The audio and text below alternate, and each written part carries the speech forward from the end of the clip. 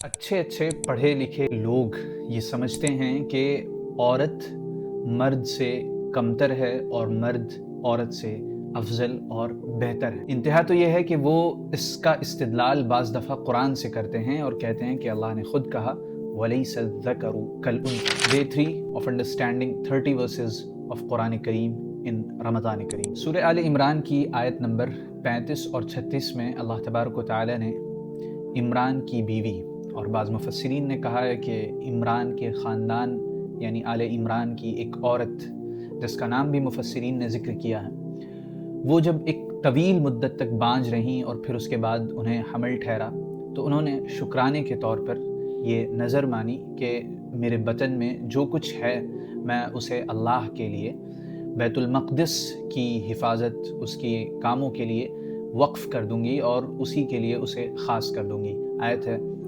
Is क़ालत इम्राअतु Imran रब्बी इन्नी नज़रतु लका मा फ़ी बत्नी मुहर्ररन फ़तक़ब्बल मिन्नी इन्नका अंतस समीउल अलीम। लेकिन जब विलादत हुई तो लड़के के बजाय लड़की की पैदाइश हुई और उस वक्त के नॉर्म्स और उस वक्त के कानून के लिहाज से लड़के को ही वक्फ़ किया जा सकता था बैतुल मक़दिस की सफाई और वहाँ के तमाम कामों के लिए। तो ये देखकर उन्हें अफसोस हुआ और उन्होंने हसरत भरे लहजे में कहा फ़लम्मा वदअतहा क़ालत रब्बी इन्नी वदअतुहा उन्सा, क्या अल्लाह मैंने तो बेटी को जना है। उन्होंने ये बात बड़े हसरत और बड़े अफसोस के साथ कही थी।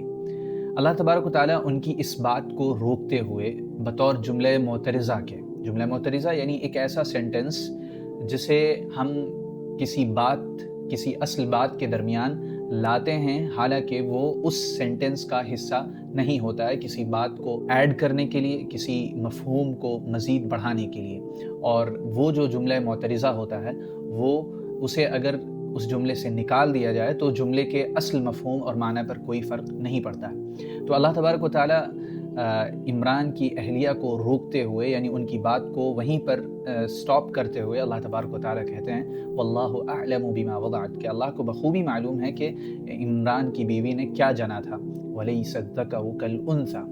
अब बाज़ लोग इस आयत से, आयत के इस टुकड़े से कि वलैसा ज़करु कल उन्सा, ये इस्तिदलाल करते हैं कि देखो खुद अल्लाह तबारक व तआला मर्द को बहैसियत जिन्स, बहैसियत जेंडर, उनसा यानी औरत पर, फेमिनिन जेंडर पर फजीलत दे रहा है और ये कह रहा है कि मर्द औरत की तरह नहीं होता।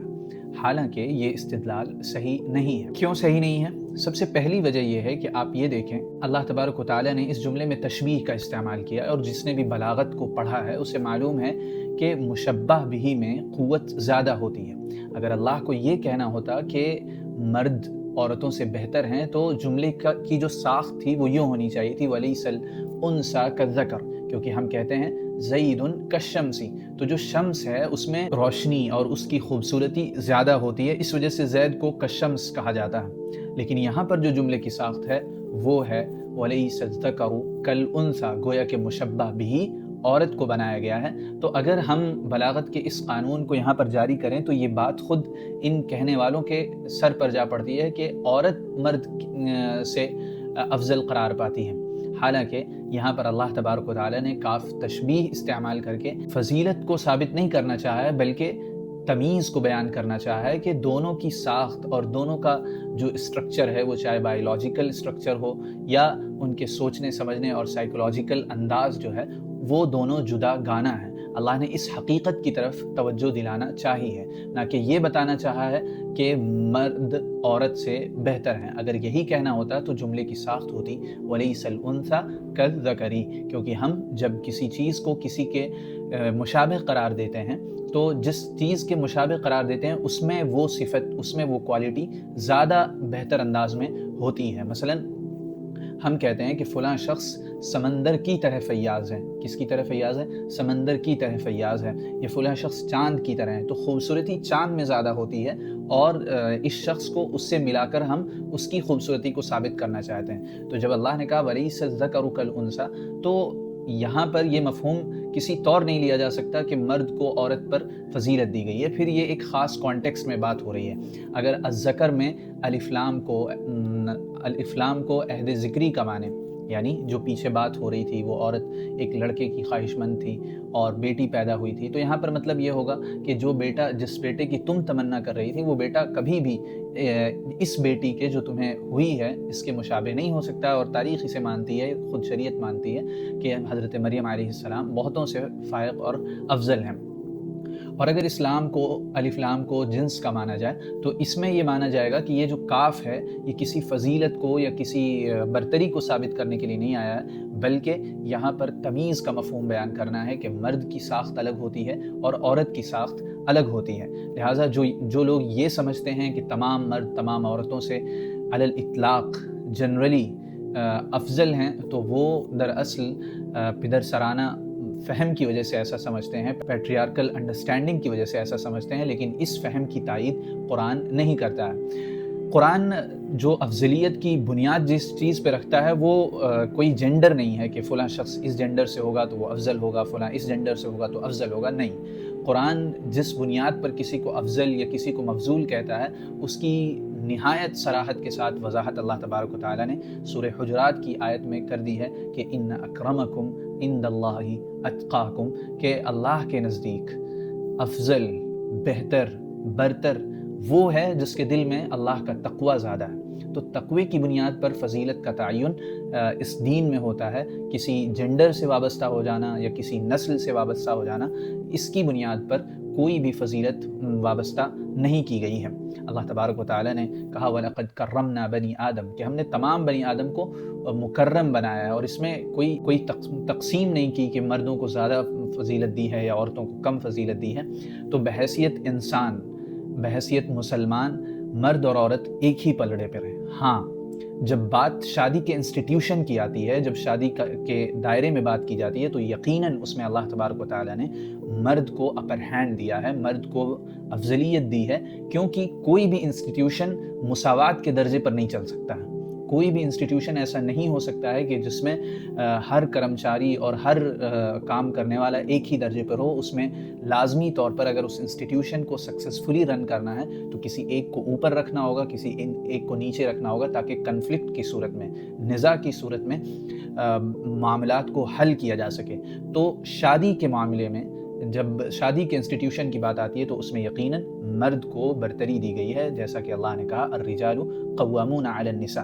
لیکن اس کو جنرلائز نہیں کرنا چاہیے کہ نہیں ہر لحاظ سے مرد عورت سے بہتر ہے اور وہ ہر میدان میں عورت سے بہتر ہے۔ بعض میدانوں میں مرد عورت سے بہتر ہے اور بعض میدانوں میں عورت مرد سے بہتر ہے، اور اس کو ہر وہ شخص تسلیم کرے گا جو انصاف سے کام لے گا۔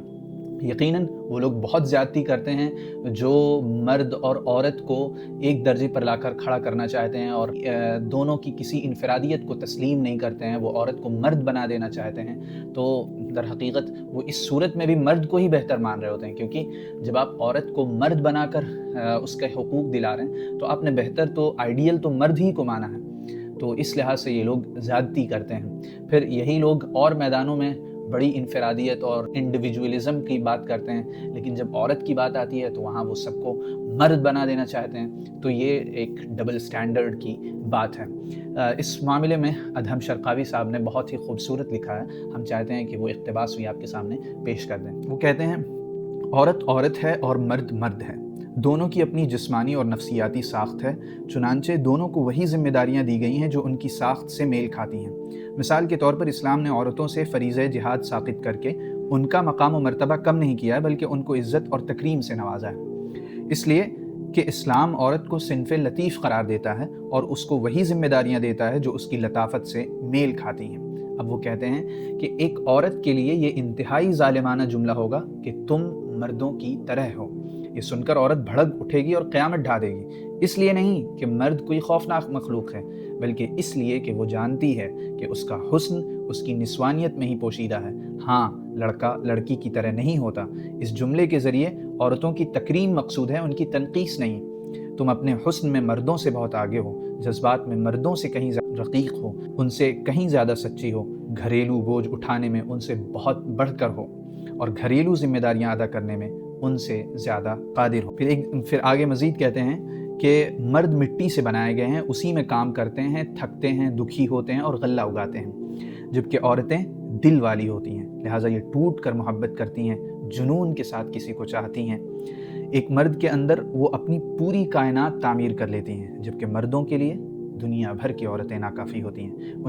उनकी बात में कभी ना आना कि औरतें मर्दों के बराबर हैं।